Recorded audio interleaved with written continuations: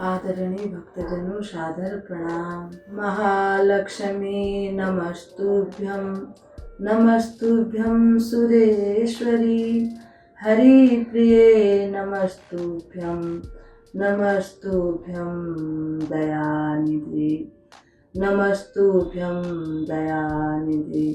सरस्वती नमस्तुभ्यं, वरदे कामरूपिणी, विश्वरूपी विशालाक्षी, विद्यां दे सरस्वती, विद्यां दे सरस्वती। आदरणीय भक्तजनों सादर प्रणाम। हम आज सप्तशती में छठे अध्याय की कथा को सुनेंगे, जो मेधा ऋषि महाराज सुरथ और समाधि नाम के वैश्य को सुना रहे हैं। श्री गणेशाय नमः, श्री सरस्वती नमः, श्री गुरुचरण कमलेभ्यो नमः, श्री दुर्गाये नमः, श्री सरस्वत्यै नमः। आदरणीय भक्तजनों, एक समय की बात है कि महाराज जो ऋषि मेधा हैं, वे भगवान माता रानी का ध्यान करते हुए कहते हैं, मैं सर्वेश्वर भैरव के अंग में निवास करने वाली परम तेजोमयी पद्मावती देवी का चिंतन करता हूँ। वे नाग राज के आसन पर बैठी हैं, यानी कि वे नागों के आसन पर बैठी हुई हैं।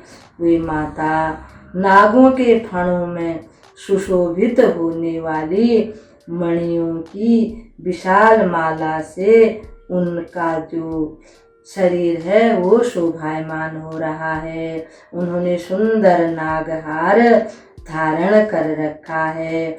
सूर्य के समान उनका तेज है।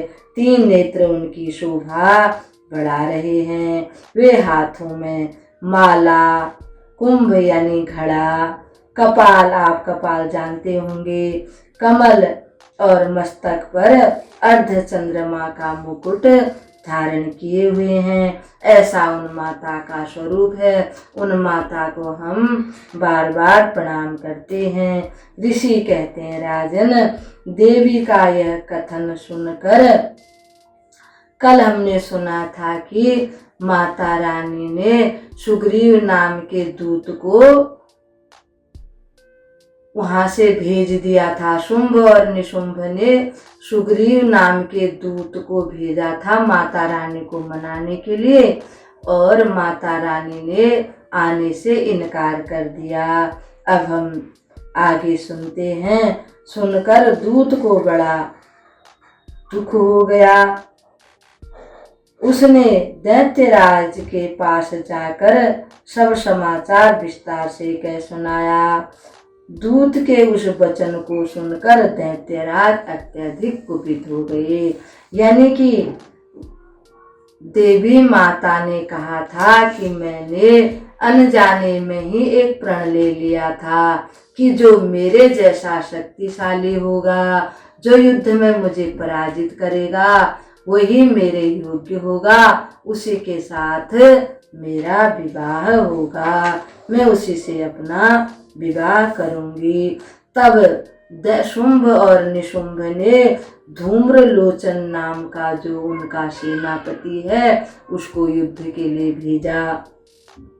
उसको कहा कि हे सेनापति, तुम एक बड़ी भारी सेना ले जा करके उस, अब राक्षसों के शब्द कैसे होते हैं भक्तजनों, और जो लोग बोलते हैं उनको आप क्या समझोगे। अब राक्षस क्या कहता है तो राक्षसों का राजा, परंतु कैसे शब्दों का प्रयोग करता है ये आप सुनो। उस दुष्टा के केश पकड़कर घसीटते हुए उसे बलपूर्वक यहाँ ले आओ। उसकी रक्षा करने के लिए यदि कोई दूसरा खड़ा हो तो वह देवता या यक्ष गंधर्व ही क्यों न हो, उसे अवश्य ही मार डालना। अब जो स्त्री है उसको वो जानता नहीं है, पहचानता नहीं है, उसने कहना नहीं माना तो उसके लिए ऐसे शब्दों का प्रयोग करता है। तो आजकल हमारी बहनों को, बेटियों को ऐसे ही लोग बहला फुसला करके उनके साथ कैसा शादी करने के लिए कहते हैं, फिर उनको मार डालते हैं। उनको ये कथा अवश्य सुननी चाहिए। सभी बेटियों को भी अपने मन में एक प्रण कर लेना चाहिए कि हम लोग भी जो हमारे अनुकूल होगा उससे विवाह करेंगे। पहले उसकी खूब अच्छी प्रकार से परीक्षा लेंगे और अपने माता पिता की आज्ञा से ही विवाह करेंगे। ऋषि कहते हैं, शुंभ के इस प्रकार आज्ञा देने पर वह धूम्रलोचन दैत्य 60,000 असुरों की सेना को साथ लेकर वहां से तुरंत चल दिया। वहां पहुंचकर उसने हिमालय पर रहने वाली देवी को देखा और ललकार कर कहा, अरे शुंभ निशुंभ के पास चल। यदि इस समय प्रसन्नता पूर्वक मेरे स्वामी के समीप नहीं चलेगी तो मैं बलपूर्वक झोंटा पकड़कर यानी बालों को पकड़कर घसीटते हुए तुझे ले चलूंगा। देवी बोली, तुम्हें दैत्यों के राजा ने भेजा है, तुम स्वयं भी बलवान हो और तुम्हारे साथ विशाल सेना भी है। ऐसी दशा में यदि तुम मुझे बलपूर्वक ले चलोगे तो मैं तुम्हारा क्या कर सकती हूँ।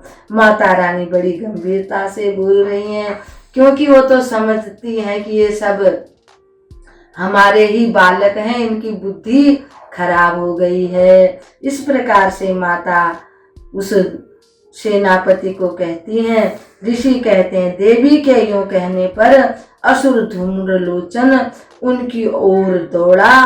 तब अंबिका ने ऐसे शब्द मात्र से ही शब्द के उच्चारण से उसे भस्म कर दिया। फिर तो क्रोध में भरी हुई जो राक्षसों की सेना थी वह मानो जैसे बारिश आ रही है, इस प्रकार से बाणों की वर्षा, कोई गदा से, कोई त्रिशूल से, कोई भाले से भयंकर युद्ध हो गया। इधर से माता रानी बाण बरसा रही हैं, उधर से राक्षस लोग, बड़ा घमासान युद्ध हो गया। और जो माता का जो वाहन है सिंह, उसने भी इतना क्रोध किया, क्रोध से वह सेना पर टूट पड़ा। शेर भयंकर गर्जना करने लगा, कभी गर्दनों को के बालों को हिला हिलाकर बड़े जोर से गरज रहा है शेर।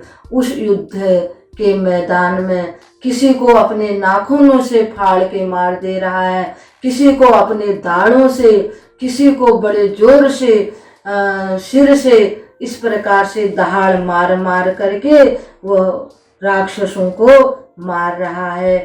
कईयों को अपने दाढ़ों से उसने चबा दिया। उस सिंह ने अपने नखों से कितनों के पेट फाड़ डाले, थप्पड़ मारकर कितनों के सिर, एक थप्पड़ से ही कितनों के सिर धड़ से अलग कर दिए, कितनों की भुजाएं और मस्तक काट डाले, तथा अपनी गर्दन के बालों को हिला हिला करके वह दूसरों के पेट फाड़ देता था और उनका खून चूस लेता था। अत्यंत क्रोध में भरे हुए देवी के वाहन उस महाबली सिंह ने क्षण भर में ही सारी राक्षसों की सेना समाप्त कर डाली।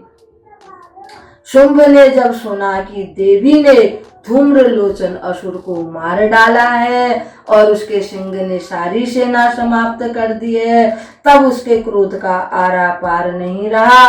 वो होंठ काटने लगा, अपने होंठों को आप ही चबाने लगा, वो कांपने लगा बुरी तरह से। उसके चंड और मुंड नामक 2 महादैत्यों को आज्ञा दी, हे चंड और हे मुंड, तुम लोग बहुत बड़ी सेना लेकर के वहां जाओ, उस देवी को उसके बाल पकड़ करके खींच कर ले आओ। अगर वो बस में नहीं आए तो उसे बांध कर शीघ्र यहाँ ले आओ। इस प्रकार उसको लाने में संदेह हो तो अवश्य युद्ध करके उसको मार देना। अगर जीवित न पकड़ी जाए तो उसे मरी हुई को ही यहाँ ले आना, उसके सिंह को भी मार देना और उन दोनों को बांध करके शीघ्र यहाँ लौट आना। इस प्रकार से राक्षस ने चंडमुंड को आज्ञा दी। चंडमुंड फिर माता से युद्ध करने के लिए उस रणांगण में चल पड़े। इस प्रकार मार्कंडेय पुराण में सावनी मंत्रवर कथा के अंतर्गत देवी महात्म्य में धूम्रलोचन वध नामक 6ठा अध्याय पूरा हुआ। जयकारा शेरावाली का, बोल साचे दरबार की जय।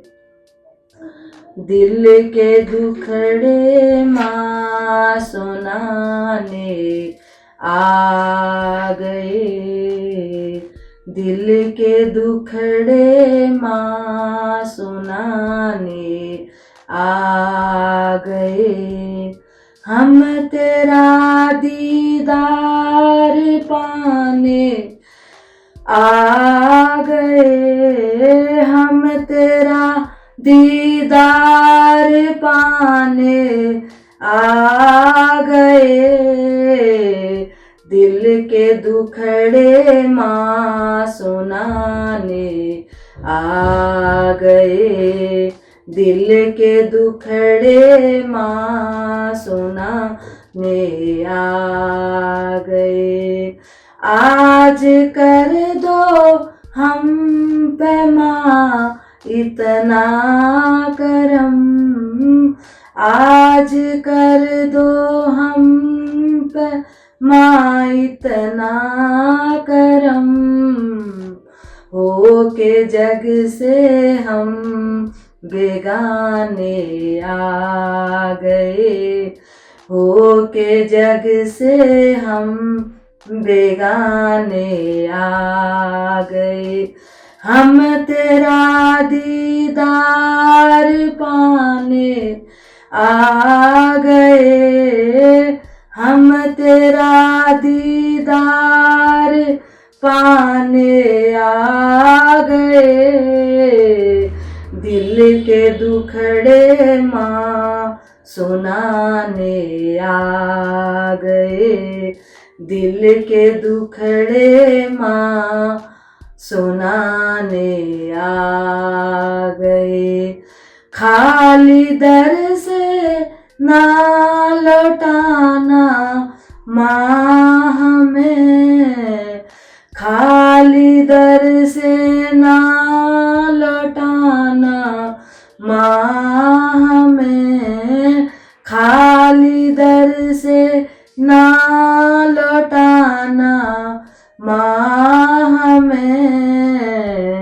लेके लब पे ये तराने आ गए, हम तेरा दीदार पाने आ गए।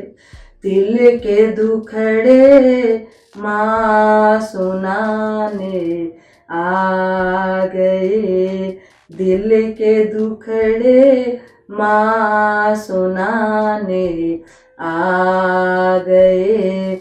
बिन तुम्हारे कौन जाने दिल के गम, बिन तुम्हारे कौन जाने दिल के गम, बिन तुम्हारे कौन जाने दिल के गम। जख्म दिल के हम दिखाने आ गए, हम तेरा दीदार पाने आ गए। दिल के दुखड़े माँ सुनाने आ गए, दिल के दुखड़े माँ सुनाने आ गए, दिल के दुखड़े माँ सुनाने आ गए। जयकारा शेरावाली का, सबको जय माता की।